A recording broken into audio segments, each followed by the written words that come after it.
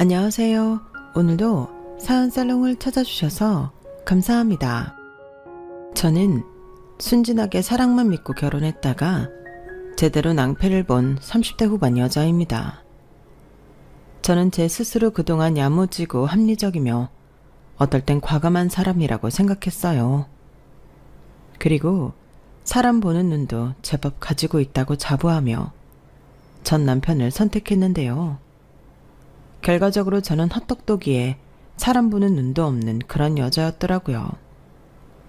아니, 적어도 그런 놈이었고 그런 직구석인 줄 몰랐다는 것이 개인적인 변명이라면 변명인데, 그로 하여금 이혼녀라는 타이틀을 얻고 또 부모님을 속상하게 만들었지만 지금은 썩어 빠진 부분을 도려내고 그때보다 더 훨훨 날개짓하며 잘 살고 있는 여자입니다. 그리고 저처럼 순진하게 사랑만 믿고 모든 걸 극복할 수 있다고 생각하는 사람이 있을까봐 이렇게 사연을 보내게 되었는데요. 모두가 저 같은 꽝을 고르진 않겠지만 그래도 돌다리도 두드려 보고 건넜으면 하는 마음에 제 이야기를 좀 해보려고요. 저와 남편은 같은 회사에서 만났어요. 남편이 저보다 나이로는 2살이 어렸는데 회사 입사는 제가 남편보다 4년이 빨랐어요. 그러니 제가 남편의 상사였고 제가 신입사원을 챙기는 과정에서 호감을 갖게 되었죠. 저 혼자 좋아한 게 아니고 남편도 저를 좋아했어요. 다만 제가 연상이고 상사이다 보니 섣부르게 다가오진 못했고 시간이 지나면서 자연스럽게 서로가 서로의 마음을 확인하게 되면서 사내 커플이 되었어요. 처음엔 남편이 신입이다 보니 비밀로 하고 만났는데 생각처럼 비밀 연애라는 게 쉽지 않더라고요. 보는 눈도 많고 소문도 엉뚱하고 이상하게 나는 게 그냥 떳떳하게 밝히고 만나는 게 낫겠다는 생각이 들었어요. 그래서 공식적인 커플이 되었고 연상 연하의 상사와 신입 커플이라는 게 꽤 다른 사원들에게 신선한 화제가 되었는데 그런 가운데 남편이 상처를 입는 일도 있었어요. 사실 제가 외동이고 집에 여유가 있는 편이라 제가 그럭저럭 잘 사는 걸 어지간한 사람들은 다 알고 있었거든요.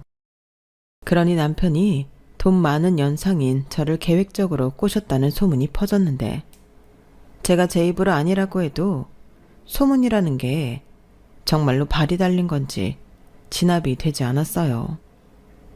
남편은 괜찮다고 자긴 신경 쓰지 않는다고 했지만 저도 제 뒤통수가 따가울 때가 많은데 본인은 오죽할까 성질이 나더라고요. 정말이지 남편은 그런 낌새가 하나도 없었거든요. 그리고 연애를 하면서 알게 된 사실은 남편 집은 정말 경제적으로 힘들었는데 그럼에도 불구하고 시부모님이 자식들 교육에는 신경을 많이 써서 남편과 시누이를 가르치셨고 그 덕에 남편도 시누이도 이름만 얘기하면 다 아는 대학을 나와 대기업에 들어간 건데 연애할 때는 시부모님도 생각이 바로 선 분들이시구나 생각했어요. 그런데 뭐든 장점이 있으면 단점도 있듯 없는 집에서 자식들을 그렇게 키웠으니 빚이 장난이 아니었는데 남편과 신우도 대학을 졸업하고도 한참 동안 학자금 대출을 갚아야 했어요. 그리고 월급을 받으면 대부분은 부모님이 낸 빚을 갚기 위해 써야 했기 때문에 연애를 나름 오래 하고 결혼을 하는 거였음에도 남편은 모은 돈이 1,000만 원도 안 된다고 했는데요. 솔직히 그 말을 들었을 때는 충격이긴 했어요. 저랑 남편이 다니는 회사가 그래도 대기업이었고 월급과 상여가 나름 많은 편이었는데 모은 돈이 1,000만 원도 없다니 말도 안 된다고 생각했거든요. 그래서 잠시 결혼을 미룰까도 고민했는데 다른 것도 아니고 돈 때문에 망설인다는 게 싫어서 그냥 결혼을 하기로 했어요.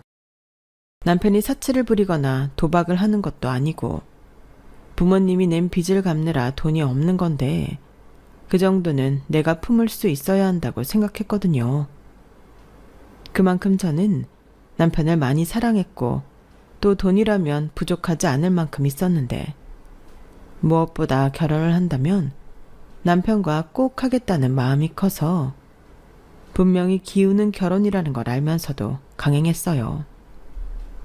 물론 처음엔 저희 부모님도 남편의 조건을 아시고는 선뜻 허락을 해주지 못했는데 막상 남편을 보고 이야기를 나눈 후에는 언제 망설였냐는 듯 감사하게 흔쾌히 허락을 해주셨어요. 그런데 그럼에도 불구하고 없는 집에 하나뿐인 딸을 시집 보내기는 마음에 걸리셨는지 결혼식을 며칠 안 남겨두고 저희 아빠가 저한테 통장과 체크카드 하나를 건네주셨는데요. 결혼이야. 네가 선택했으니 너만 행복하면 엄마 아빠는 그만이고 단 박서방 집이 많이 어렵다고 하니 현실적으로 어려운 일이 많을 거야. 그러면 지금 같은 마음은 있고 서로 물고 뜯고 싸우기도 할 텐데 이 통장은 그럴 때마다 네가 박서방 몰래 써라. 아무리 나이가 어리고 직책이 너보다 낮아도 결혼한 이상 배우자고 가장이야. 괜히 돈 때문에 바가지 긁지 말고 현명하게 네가 대처해. 이건 아빠 건물에서 나오는 월세 통장인데 비상금이라고 생각하고 큰 돈 필요할 때 써. 아빠, 이걸 왜 날 줘? 괜찮아. 아빠 말대로 내 선택이고 내가 알아서 할 일이지. 그래. 하지만 결혼하면 네 마음처럼 되지 않을 때가 있다고. 네가 안 쓰고 싶으면 안 써도 돼. 그건 아빠가 완전 대환영이지. 그래도 혹시 모르니까 비상금으로 갖고 있으라고. 큰 건물 아니고 꼬마 건물이야. 너도 알지? 땡땡동의 3층 건물. 그래도 네가 정 그러면 네가 갖고만 있다가 10년 뒤에 다시 돌려줘. 아빠는 10년짜리 적금 붙는다고 생각할게.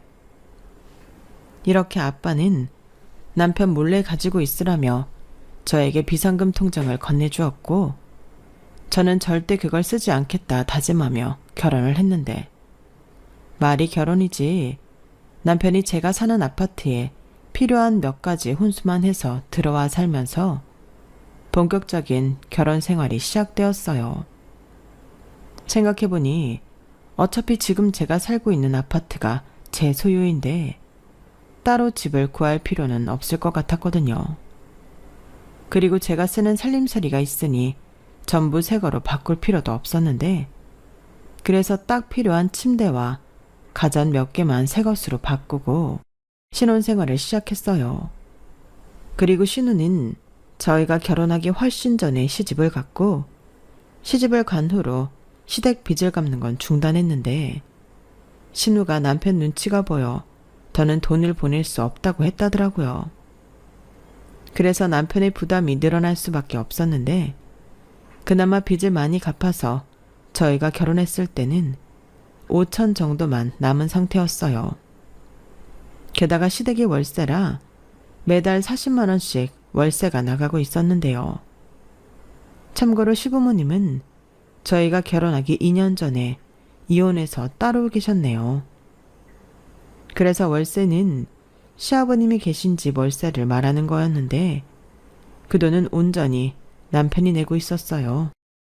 다행이라고 말하는 게 좀 이상하지만 시어머니는 시골 고향이자 친정으로 내려가셔서 남편에게 어떤 부담도 주지 않았는데 시아버님은 아들에게 도움을 받으며 일용직 일로 그때그때 생활을 유지하는 것처럼 보이더라고요. 이쯤 얘기하면 그런 집에 뭐하러 시집을 가나 제가 이상하게 보이실 텐데 그것도 따지고 보면 맞아요. 저는 그런 것들을 크게 생각하지 않았거든요. 남편이 벌고 있고 시아버님 앞에 빚도 다 갚으면 생활비와 월세 정도는 드리면서 우리 부부 살 수 있을 거라고 생각했고 그 정도는 저도 같이 부담을 하거나 제가 저희 생활비에 더 쓰면 된다고 쉽게 생각했어요. 무엇보다 제가 남편을 높게 생각한 부분이 컸는데 같이 일을 해보니 능력도 있고 수완도 좋아서 사회생활을 잘하더라고요. 그래서 나중엔 저보다도 더 잘 나가는 사람이 될 거라는 확신이 있었는데 저는 그만큼 제 결혼에 자신이 있었죠. 적어도 돈 때문에 남편하고 싸우지 않겠다고 생각했고 여기에 안 쓸 돈이긴 하지만 친정에서 비상금 통장까지 쥐어줬으니 제가 잘 살지 못할 이유가 없다고 생각했는데요. 거기에 시아버님도 며느리인 저를 정말 좋아하셨어요. 저를 볼 때면 우리 집에 복덩이가 들어왔어요 라며 저를 예뻐해 주셨는데 며느리 사랑은 시아버지라고 그땐 아무것도 모르고 그게 좋기만 했어요. 이혼한 시부모님이랑 주변에서는 힘들지 않냐고 했지만 전혀 그런 건 없었거든요. 시아버님은 제가 시댁에 가면 직접 삼겹살도 사다 구워주셨는데 설거지도 시키지 않으시더라고요. 그런데 여자라고 저 말고는 없는 집에 저만 손 놓고 쉬고 있으니 그것도 좀 민망했는데요. 하지만 우리 며느님은 그냥 앉아만 있어. 여기에서는 이 시아버지가 다 해줄 테니. 라며 시아버님은 제 앞에 커피까지 타서 대접해줬는데 이렇게 팔자 좋은 며느리가 또 있을까? 그래서 그때까진 아무것도 모르고 저는 결혼을 잘했다고 생각했어요. 그러다 시아버님이 경미한 교통사고를 당하셨고 10일 정도 입원했었는데 다행히 신우가 시아버님 앞으로 들어놓은 보험이 있어서 저희가 따로 돈을 지불할 일이 없었어요. 그런데 문제는 시아버님이 사고 후유증이라며 일을 전혀 못하시겠다고 하신 후로 시작되었는데요. 어쩌겠냐. 내가 아파서 일을 못하는데 니들이 이번 달부터는 내 생활비도 조금 챙겨줘라. 내가 혼자 사는데 뭐 그렇게 많이 쓰는 것도 아니고 한 200 그 정도만 맞춰줘. 아빠, 생활비만 200이라는 거 아니지? 지금 빚 갚는 거랑 월세만 해도 150인데 여기에 200을 더하면 내 월급이랑 맞먹어. 아유, 내가 뭐 계속 달라 그러냐. 일 못하는 동안만 좀 그렇게 해달라고. 니들은 둘이 벌잖아. 막말로 너 아빠 아니었으면 그 좋은 회사 어떻게 들어갔냐. 내 덕에 좋은 대학 나와서 좋은 회사 다니고 그러다 이렇게 훌륭한 여자 만나서 결혼했는데 그깟 200이 부담스러워. 그래도는 무슨 그래도. 남자 새끼가 배포가 그렇게 작아서 쓰나. 우리 며느님 괜찮죠? 내가 좀 쉬고 금방 다시 일하러 나갈 테니까 그때까지만 부탁해. 우리 며느님 그 정도 능력 있잖아. 안 그래요? 아, 네, 뭐.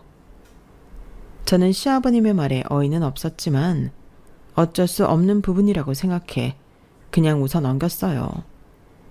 다른 거면 몰라도 몸이 아파서 일을 못 하시겠다는데 거기야 대고 아니요, 그렇게는 못하니 나가서 일하세요. 라고 할 수는 없잖아요. 그렇게 졸지에 남편 월급은 남편 통장을 스쳐 전부 시아버님에게로 흘러 들어갔는데 나머지는 어쩔 수 없이 제가 번 돈으로 충당했어요. 그런데 남편이 저한테 필요한 돈을 달라고 하기도 그렇고 어쩔 수 없이 카드를 쓰고 살았는데 그 카드 값을 메꿔야 하다 보니 그것도 제가 해결해야 하는 문제가 되었죠. 그렇게 한 달이 지나고 두 달이 지났어요. 그동안 시아버님은 물리치료를 받는다며 통원하셨고 워낙에 사고 자체가 경미해서 그 정도 치료하시고 쉬셨으면 일을 하셔도 될 거라고 생각했는데 남편은 저와 생각이 달랐어요.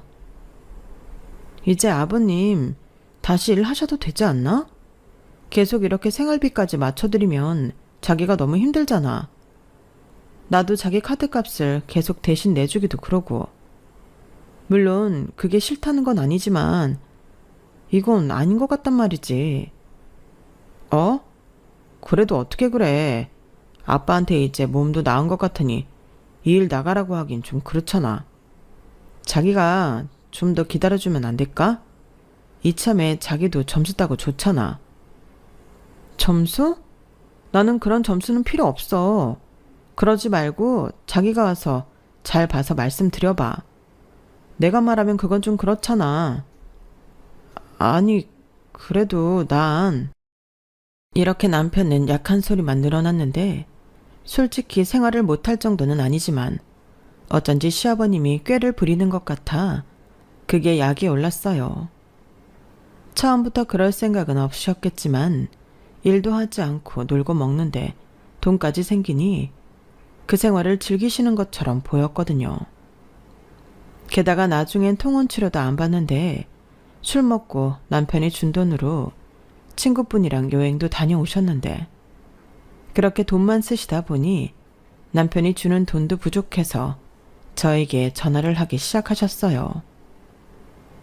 어이 며느님, 시아버지가 부탁이 있는데 나 돈 한 50만 원만 보내주면 안 되나?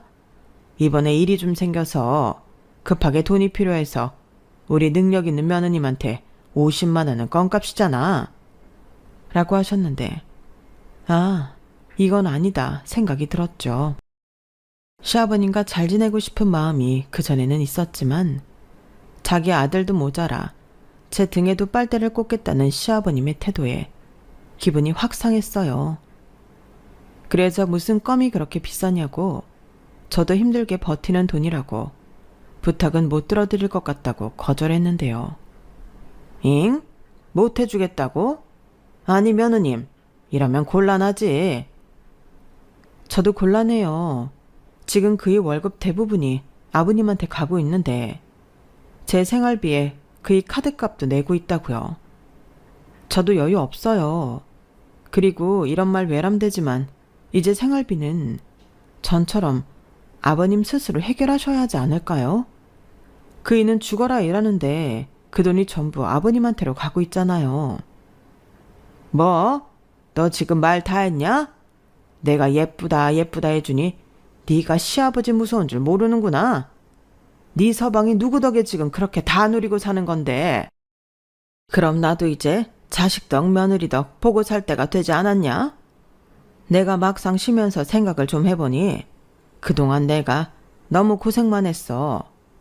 나는 이제라도 자식 덕 보고 살고 싶다. 아버님, 진짜 너무하시네요. 저도 대충 얘기 들어서 아는데 그이가 지금까지 해드린 게 얼마나 많아요? 아버님은 자식 덕 보시려고 자식 낳아 키우신 거 아니잖아요. 떼끼, 너 뚫린 입이라고 함부로 찌꺼리면 못 쓴다. 자식이면 부모한테 효도하는 것이 당연하지. 며느리도 자식이니 너도 나한테 효도해야지. 잔말 말고 시키는 대로 해.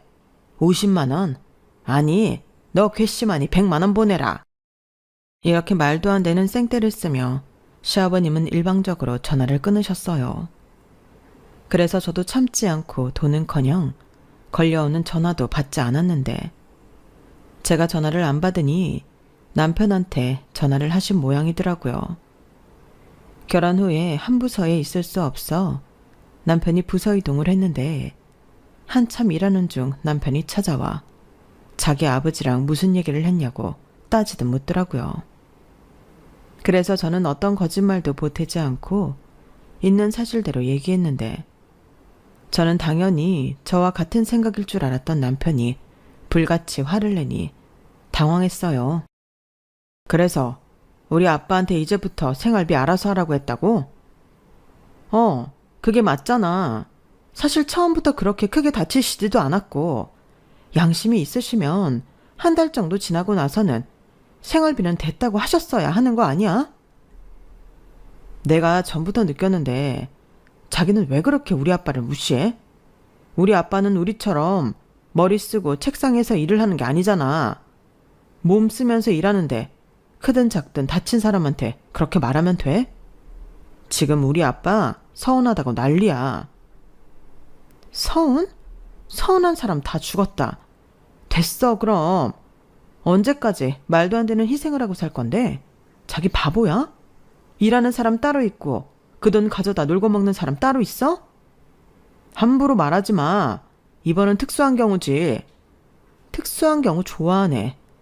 내가 진짜 이런 말까지는 안 하려고 했는데 우리 결혼할 때 자기 집에 돈 가져다 주느라 모은 돈도 없었잖아. 그거야 자기 모르고 결혼한 거 아니잖아. 그래, 거기까지는 이해도 안 돼도 이해했어. 자기 선택이고 자기가 부모님 도와드리고 싶은 마음이 있으니 그럴 수 있다고 이해했는데 이건 아니라는 거지. 아이 아버님은 우리 덕 보고 살겠다고 작정하신 분인데 그걸 어떻게 다 맞추고 살아? 이젠 내 돈까지 끌어다 줘야 하는 거야? 뭐? 자기 진짜 말 다 했니? 돈도 많은 사람이 시아버님이 50만 원 좀 달라고 했다고 이렇게 쪼잔하게 굴 거야? 그럴 거야. 내가 돈이 많든 적든 그게 뭐가 중요해. 나는 내 돈 그렇게 쓸 생각 전혀 없어. 이젠 자기 카드값도 대신 내주는 일 없으니까 신용불량자 되기 싫으면 알아서 해. 저는 더 이렇게 당하고만 있기 싫어서 남편한테 강하게 말했어요.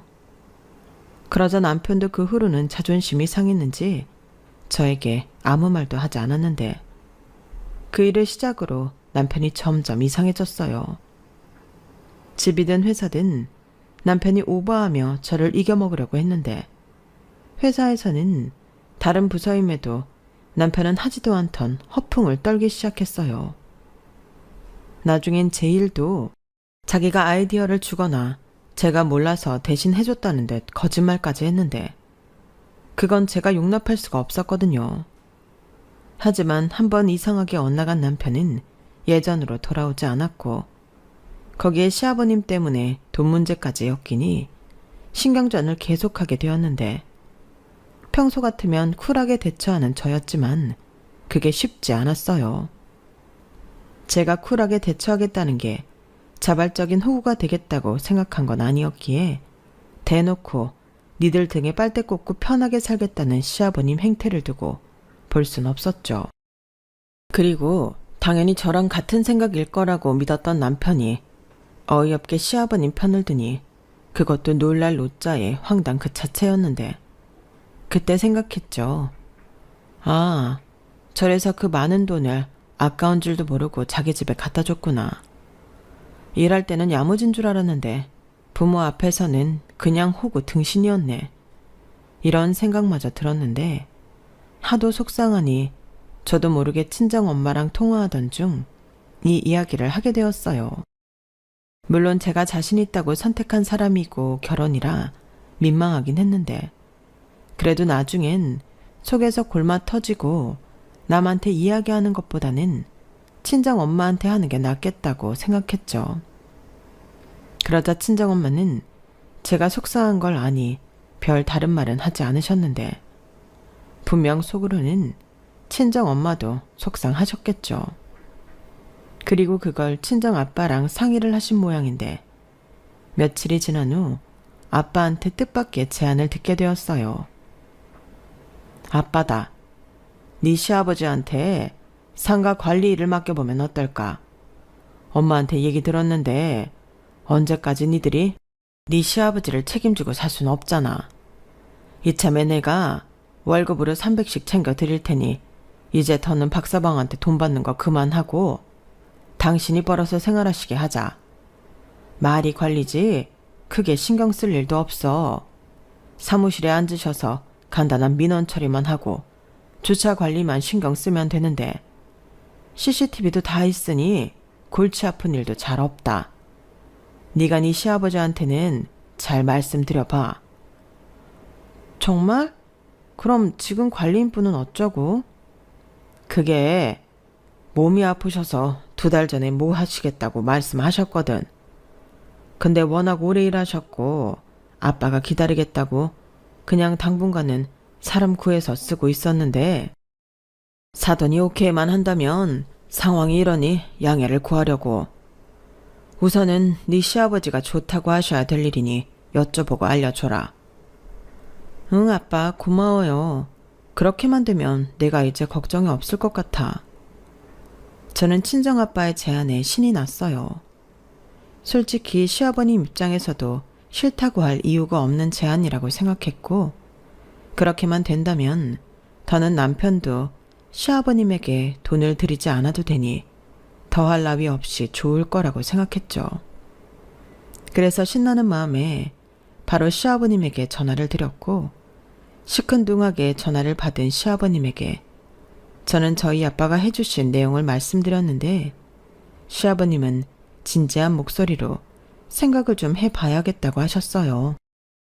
그 목소리가 흡사 딱딱하게 굳은 듯 들렸는데 그땐 기분 탓이라고 생각했어요. 사실 시아버지 입장에서도 거부할 이유가 전혀 없는 제안이었기 때문에 저는 무조건 오케이 하실 거라고 생각했는데, 그날 저녁 저는 날벼락 같은 소리를 듣게 되었어요. 자기야, 자기가 아까 우리 아빠한테 전화해서 경비 일하라고 했어? 아빠 상가 건물 있잖아. 거기서 관리 일하는 거 아빠가 제안하셨거든. 월급도 300 정도는 챙겨주실 수 있다고 하셔서 아버님한테 말씀드렸어. 그러면 이제부터는 자기 도움 안 받고 아버님이 힘으로 벌어서 생활하실 수 있으니까. 나 참, 자기는 생각이 있는 사람이야? 그리고 장인어른은 우리 아빠를 얼마나 우습고 하찮게 생각하셨으면 그런 말도 안 되는 소리를 하셔? 사돈한테 경비 일을 하라고? 그것도 남의 건물도 아니고 사돈 상가 건물을? 그게 무슨 상관이야. 오히려 사돈이니까 그만큼 챙겨주는 거지. 우리 아빠는 자기 생각해서 큰 결정을 한 거야. 먼저 일하셨던 관리인 아저씨는 200만 원 정도 받은 걸로 아는데, 아버님이 빚도 있고 그러니까 300만 원 주신다고 하는 건데 우리 아빠는 그만큼 부담이 늘어난 거지. 그래서 뭐 나랑 우리 아빠가 고마워라도 해야 한다는 소리야? 진짜 사람을 뭘로 보고 이러는 거야? 우리가 거지냐? 됐어. 아빠도 싫다고 하셨고 나도 싫어. 자기가 장인어른한테 우리는 필요 없다고 말씀드리고 다시는 우리 아빠 불쌍하게 동정하지 마시라고 해. 그리고 사과도 정중하게 하시고. 뭐? 우리 아빠가 왜? 저는 남편의 말에 어이가 없어 남편처럼 불같이 화를 냈어요.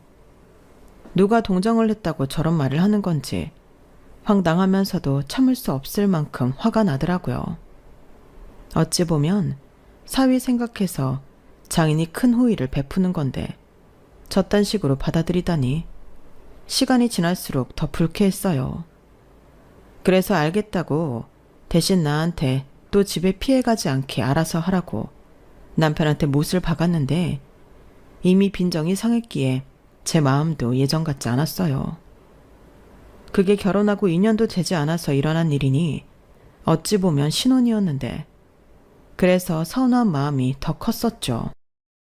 하지만 남편은 자기야말로 무시당했다는 열등감에 사로잡혀 저와는 말도 하지 않으려 했고 설상가상으로 며칠 뒤 술에 잔뜩 취한 시아버님의 전화까지 받게 되었는데 술을 얼마나 드신 건지 혀가 완전히 꼬부라지셔서는 저에게 윽박지르며 언성을 높이셨어요. 나다. 내가 정말 도저히 참을 수가 없어서 전화했다. 니네 아버지는 나랑 내 아들을 얼마나 우습게 생각했으면 그런 말을 할 수 있니? 내가 니네 집 기키는 개야? 어디 나한테 경비 나부랭이 같은 일을 하라고 해? 내가 지금은 이렇게 살아도 내 자식들 다 서울에 있는 대학 보내고 나도 5학년은 잘 나갔던 사람이야. 아버님, 지금 술 드시고 저한테 화풀이 하시는 거예요? 저희 아빠가 언제 아버님이랑 그 일을 우습게 생각했어요. 저희 아빠는 아버님이랑 그 일을 생각해서 하신 제안이었어요. 생각은 개뿔. 됐다 그래. 자기 건물에 경비 세워놓고 나를 대놓고 무시할 심상이었겠지. 왜? 내 아들이 돈도 없이 저한테 장가가서 그게 불만이라냐? 막말로 나나 내 아들이 결혼해달라고 매달리지 않았잖아. 왜 잘 살고 있는 사람을 비참하게 만들어? 제가 장담하는데 추호도 그런 생각 없으셨어요. 오히려 그이가 지금까지 아버님 빚 갖고 있으니까 그걸 짠해 하셨다고요. 그리고 아버님도 편하게 월 300 버시면 아들한테 돈 얘기 안 하셔도 되고 충분히 빚 갚고 생활하실 수 있는데 그럼 그게 더 좋은 거 아니에요? 나 참 기가 막혀서 누가 좋대. 그리고 내가 내 아들 돈 쓴다는데 지가 왜 내 아들을 짜내하냐. 됐고 네 아버지한테 똑똑히 전해. 나는 그럴 마음도 없고 무시할 사람 아니니까 당장 사과하라고. 알겠냐? 너도 시집 왔으면 출가 외인이야. 네 아버지가 잘못했으면 너도 죄인처럼 찌그러져 살아. 사람을 무시해도 이분수지? 시아버지는 술에 취해 점점 감정적으로 말씀을 하셨어요. 그리고 저는 저 말들이 전부 말도 안 되는 억지에 속이 뒤집어졌지만 술 취한 사람과 싸워봤자 다음날 기억도 못한다고 배째면 그만 같아서 더 이상 감정노동은 하지 않고 전화를 끊어버렸는데요. 그날 이후 남편과는 남보다 못한 사이로 불편한 동거를 하게 되었어요. 몰랐는데 남편 역시 그동안 저랑 살면서 열등감이 심했더라고요. 그랬으면 과부 땡빚을 내서라도 자기가 신혼집을 하고 다른 남자들처럼 다 할 것이지. 결혼할 때는 아무 소리도 하지 않고 좋다고 해놓고 이제 와서 자기랑 자기 집을 무시하냐고 시아버님이랑 똑같이 군이 정이 한순간에 떨어졌어요. 무엇보다 똑똑한 사람이라고 생각했는데 뭐가 더 좋은 건지도 구별 못하는 남편을 보고 제가 남편을 과대평가했음을 깨달았는데 딱 봐도 시아버님은 아무리 쉬운 일이어도 일하지 않고 자기 아들 돈을 받아 편하게 살고 싶은 양심도 없는 사람이었어요. 보통이라면 자식한테 돈 받는 게 미안해 저희 아빠의 제안을 덥석 받을 만도 한데 자기가 자기 아들 돈 쓰는데 무슨 상관이냐고 말하는 시아버님을 보면 진짜 어이가 없었거든요. 계부도 아니고 친부가 어떻게 저렇게 말을 할 수 있나. 제가 더 화가 났는데 남편을 보니 지가 호구인지도 모르고 호구짓 하고 있는 바보 천치였어요. 그런데 문제는 저는 그런 사람이 아닌데 저까지 자기처럼 굴라고 하는 것이 화가 났는데 시아버님도 그렇고 남편 놈도 그렇고 저랑 저희 친정에 돈이 있으니 그 정도는 해도 괜찮다고 생각했나 봅니다. 하지만 그게 그러면 안 되는 거잖아요. 저는 제 부모님이 돈도 정말 쓰고 싶지 않은 사람인데 하물며 사위와 사돈이 저렇게 생각하고 있다니 소름이 끼쳤어요. 그리고 제가 앞서 언급했듯 저는 돈에 상관없이 사람을 믿고 결혼을 했다 했는데 남편이 저런 사람이었고 제 마음도 이렇게 쉽게 변하니 눈앞이 캄캄해지더군요. 그냥 그 순간에는 이혼보다도 내 인생이 망했다는 생각밖에는 들지 않았어요. 그리고 앞으로 시아버님은 더 아무것도 안 하고 돈만 쓰며 더 많은 돈을 달라고 하거나 빚을 또 지어 자기 아들 발목에 족쇄를 채우고 남을 사람이었는데 이런 말을 남편한테 하면 저를 천하의 나쁜 사람으로 몰아갔어요. 난 자기가 이런 사람인 줄은 진짜 몰랐어. 돈도 많은 사람이 왜 이렇게 쪼잔해? 뭐? 이게 쪼잔한 거랑 무슨 상관이야? 그럼 자기는 아들이니까 부모가 작정하고 등에 빨대 꽂아도 그걸 다 주겠다고? 앞으로 최소 30년은 더하면 더했지 덜하지 않을 텐데 자기야말로 생각이란 게 있어? 대책도 없으면서 왜 나만 나쁜 사람으로 만드는 건데? 됐다. 나는 적어도 자기는 여유 있는 사람이니까 돈돈거리지 않을 거라고 생각했는데 이래서 있는 사람들이 더 한다고 하는 거였구나. 내가 분명히 말하는데 이제부터 내 부모 우리 집 일은 내가 알아서 할 테니까 나대지 마. 나 그 정도 능력 있는 사람이고 나중엔 내가 벌어도 자기보다 더 벌어. 그러니까 사람 깔보지 마. 저는 맹세코 남편이나 남편 집을 무시하지도 깔보지도 않았어요. 그리고 저희 부모님도 당신들보다 형편이 나쁘다는 이유로 사돈과 사위를 무시한 적이 없는데 저런 말을 들으니 환장하겠더라고요. 그리고 너무 답답해 가장 친한 친구한테 이런 고민을 털어놓았는데 그때 친구가 이런 말을 했어요. 사실 결혼하기 전부터 친구는 저에게 신중하게 선택한 게 맞냐고 몇 차례나 물어봤거든요. 원래 열등감에는 장사 없는 거야. 내가 그래서 너한테 충분히 생각하고 결혼 결정한 거냐고 계속 물었었잖아. 이건 사랑하는 감정이랑은 전혀 다른 거야. 사랑해도 열등감은 열등감인 거지. 지금 보니까 이건 약도 없어. 시아버지도 그렇고 네 남편도 그런데 이걸 어떻게 해? 그럼 약도 없으면 나는 어떻게 해야 하는 건데? 글쎄, 솔직히 너만 생각해서는 난 네가 이혼했으면 좋겠지. 막말로 네가 뭐가 아쉬워서 그런 소리를 듣고 사냐? 오히려 널 업고 다니고 또 고맙다고 절을 해도 모자라잖아. 야, 아무리 그래도 말을. 왜?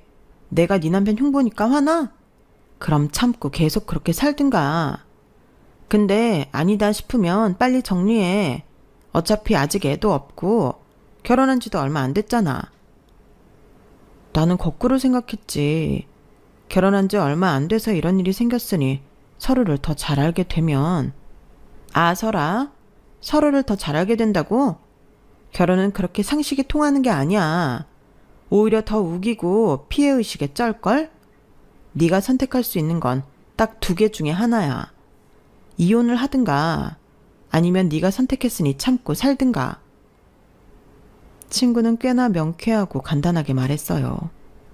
그리고 아무 선택도 못하는 저한테 이런 문제는 남이 볼 땐 오히려 답이 바로 보이는 문제라며 자기가 왜 이렇게까지 이야기를 하는지 곰곰이 생각해보라고 했는데 지금 생각하면 친구 말이 맞았죠. 저는 친구 말을 듣고 훨씬 더 무거운 마음으로 고민했어요. 그리고 어쩐지 사랑만 믿고 한 결혼이기에 이혼을 하면 내가 내 선택이 틀렸다는 걸 증명하는 것 같아 꺼려졌는데 그래도 어쩔 수 없이 결혼은 현실이더군요. 저는 결국 오랜 고민 끝에 이혼하기로 마음먹었어요.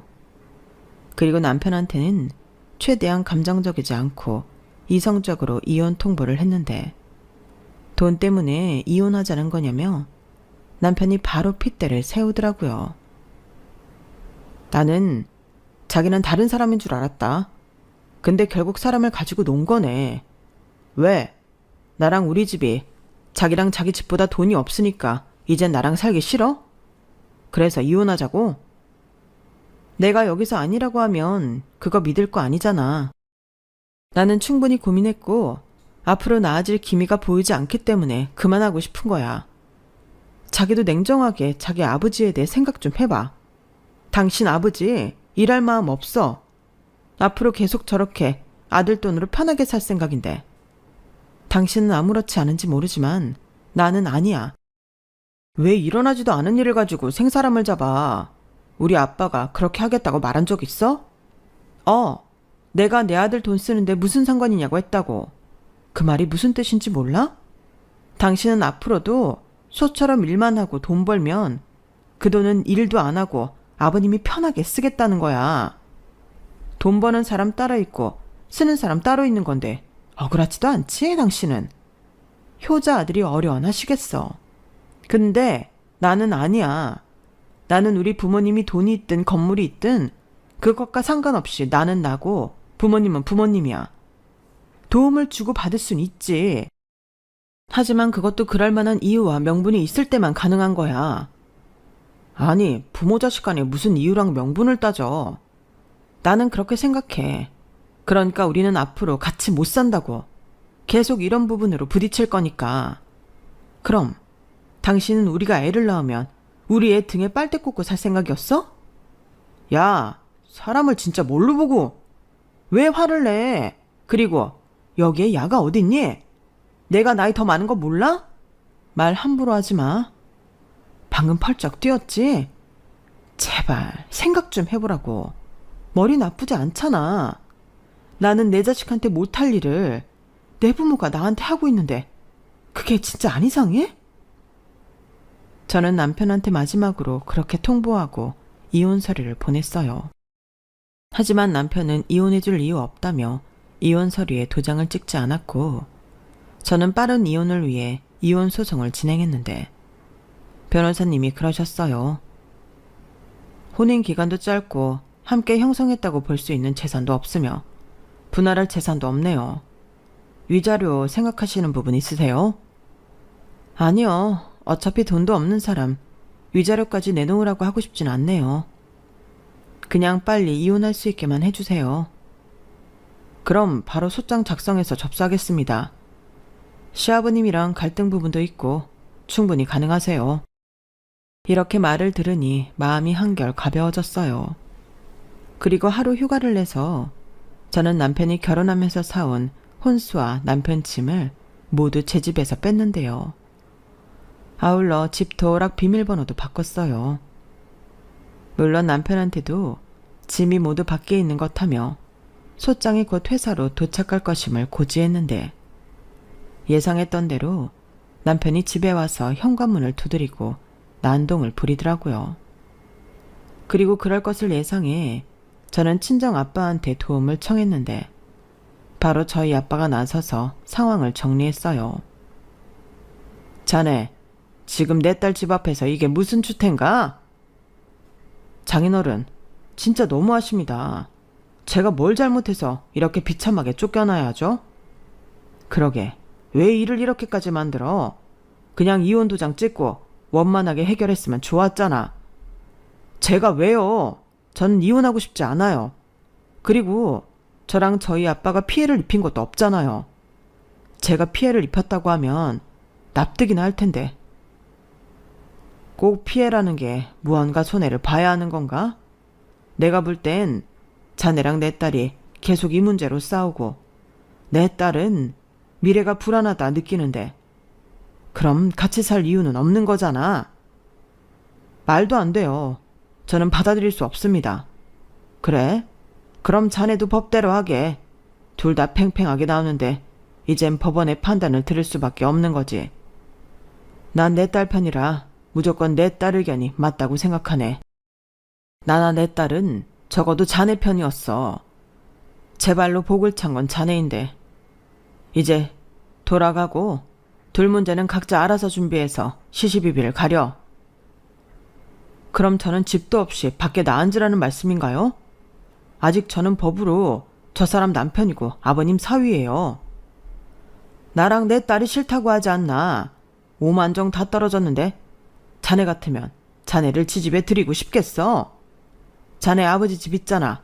거기로 가게. 앞으로 여긴 내 딸이 허락하지 않는 한 올 생각도 하지 말고. 내가 말했지. 난 무조건 내 딸 편이야. 어떻게 여기서 계속 나랑 입씨름하고 있을 텐가? 자네 아버지 집으로 갈 텐가? 지금 순순히 돌아간다면 내가 내일 아침에 자네 집은 용달이라도 불러서 자네 아버지 집으로 옮겨주겠네. 남편은 자기 무시하지 말라고 하더니 저희 아빠의 말을 듣고 순순하게 시아버지 집으로 갔어요. 그리고 저희 아빠는 약속대로 다음날 아침 사람을 불러 남편 놈 짐을 옮겨줬는데요. 자기 딴에는 이혼할 이유가 없기에 자신이 있었나 보더라고요. 하지만 허무할 정도로 이혼은 저희 쪽 변호사가 유리하게 끌고 갔고 남편은 가볍게 장가를 왔듯 가볍게 이혼당하고 쫓겨났는데 억울하다며 항소하겠다고 하더니 항소는 진행하지 않았어요. 그래서 그대로 이혼 결정이 났고 저는 다시 싱글로 돌아왔는데 이상하리만큼 편하더라고요. 더는 고민할 것도 없고 열등감에 저를 긁는 사람도 없으니 그게 너무 편했는데 이혼녀가 됐어도 마음의 안정을 얻었으니 모든 것이 만족스러웠어요. 전에는 사람들이 나를 어떻게 볼까, 저를 보는 시선이 두렵기도 했는데 그렇다고 그런 것 때문에 아니라는 판단한 결혼 생활을 계속할 순 없었어요.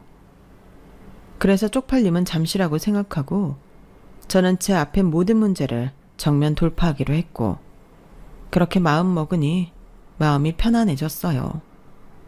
하지만 그에 반면 남편은 그렇지 않았고 회사에 갈 때면 저를 쫓아다니며 저에게 매달렸는데 전에는 그 약도 없던 열등감에 전혀 말이 통하지 않더니 이혼한 후에는 무조건 제 말이 맞다며 자기가 자기 아버지랑 연을 끊을 테니 자기를 받아달라고 했어요. 그 말을 듣는데 내가 이런 남자를 사랑했나 더 싫어지더라고요. 그리고 시아버지도 자기가 잘못했다고 자기 아들은 죄가 없으니 용서해주고 자기도 그제야 저희 아빠가 제안한 상가 건물 관리 일을 시켜달라고 했는데 이미 떠난 버스였어요. 버스 갔는데 뒤에서 아무리 손 흔든다고 돌아가지 않잖아요. 그리고 오히려 이혼 후 달라진 그들을 보며 더 싫었는데 시아버지 연락처는 바로 차단해버리고 남편한테는 계속 이렇게 사람 귀찮게 하면 회사에 제대로 소문이 나도록 접근 금지 신청을 아주 요란하게 하겠다고 통보했어요. 그러자 그건 자기도 싫었는지 그 이후에는 잠잠해졌는데 이혼한 남편과 같은 회사에 다니는 건 생각처럼 쉽지 않았어요. 신경 쓰지 않아도 되는 일인데 주변에서 이상한 말을 하는 사람들이 있더라고요. 그래서 이직을 할 수 있으면 하는 것도 나쁘지 않겠다는 생각이 들어 그때부터 이직 준비를 했고 3개월 뒤에 지금 다니는 회사만큼 큰 회사에서 최종 임원 면접을 통과하면서 저는 미련 없이 이직을 했어요. 사실 더 나은 조건으로 이직한 거라 제 입장에서는 더할 나위 없이 좋은 기회였거든요. 그렇게 저는 완전히 새로운 출발을 하게 되었고 전 남편이 된 그 남자랑은 완전히 손절하게 되었는데 그때는 우리 둘 사이에 아이가 없어 다행이라는 생각을 많이 했네요. 그런데 참 신기한 건 제가 회사를 떠나고 그 인간이 회사에서 완전히 개밥의 도토리가 되었는데 아무래도 제 남편이라는 타이틀도 있었는데 그거 없이 실력도 그저 그러니 여기저기서 까이다 큰 실수를 한 모양이었어요. 그래서 책임 문제 때문에 저도 알고 지내던 팀장님이 회사를 그만두게 되었고 그 일로 회사에 단단히 찍힌 그 인간이 주변 눈총을 못 이겨 지 손으로 사직서를 썼다고 했는데 어떻게 보니 저랑 이혼하고 저랑 달리 인생이 팍싹 구겨진 꼴이 되었더라고요. 솔직히 능력도 있고 남편이기 전에 동료로서 그 정도로 후지다고 생각하진 않았는데 그것도 콩깍지였나 보죠.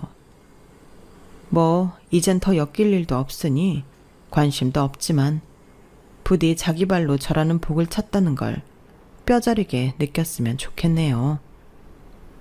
이렇듯 저는 짧지만 요란하게 결혼 생활을 마쳤어요. 그리고 지금은 빠르게 제 일상을 회복해 예전보다 더 열심히 또 멋있게 여러 취미에 도전하며 지내고 있는데 사실 제가 남편을 만나기 전에는 연애보다는 취미생활과 제 혼자만의 시간에 집중하며 자기애가 충만하게 살던 사람이었거든요. 그래서 마음 한켠에는 제가 결정한 일엔 맹목적인 믿음이 있었는지도 모르겠는데 이번 일로 저도 느낀 바가 많아요. 적어도 사람에 대한 평가는 섣불리 하면 안 되는 거였는데 앞으로는 누굴 만나든 신중하고 겸손하게 판단할 생각입니다. 이번 일을 당했다고 앞으로 어느 누구도 안 만날 생각은 없거든요. 그저 제가 자기 짝을 못 만났다 생각하고 다음에는 사랑뿐만이 아니라 함께 인생을 살아감에 있어 가치관도 비슷한 진짜 제 짝을 만날 수 있길 바라고 있어요. 그리고 보란 듯이 제가 꿈꾸는 대로 행복한 일상을 살고 싶은 마음인데요. 부디 제가 바라는 인생을 살 수 있길 여러분들도 응원해 주셨으면 좋겠습니다.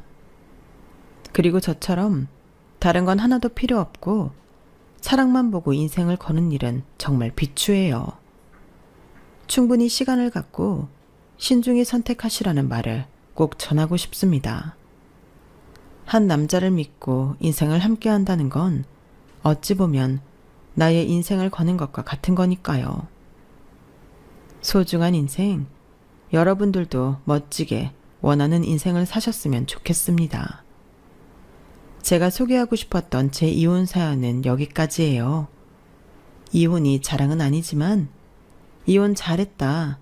더 질질 끌지 않고 판단 잘했다. 이왕이면 칭찬 많이 해주시고요. 앞으로 씩씩하게 잘 살겠습니다. 그럼 지금까지 제 사연 들어주셔서 감사드리고요. 늘 건강하시고 좋은 일만 가득하길 바랄게요.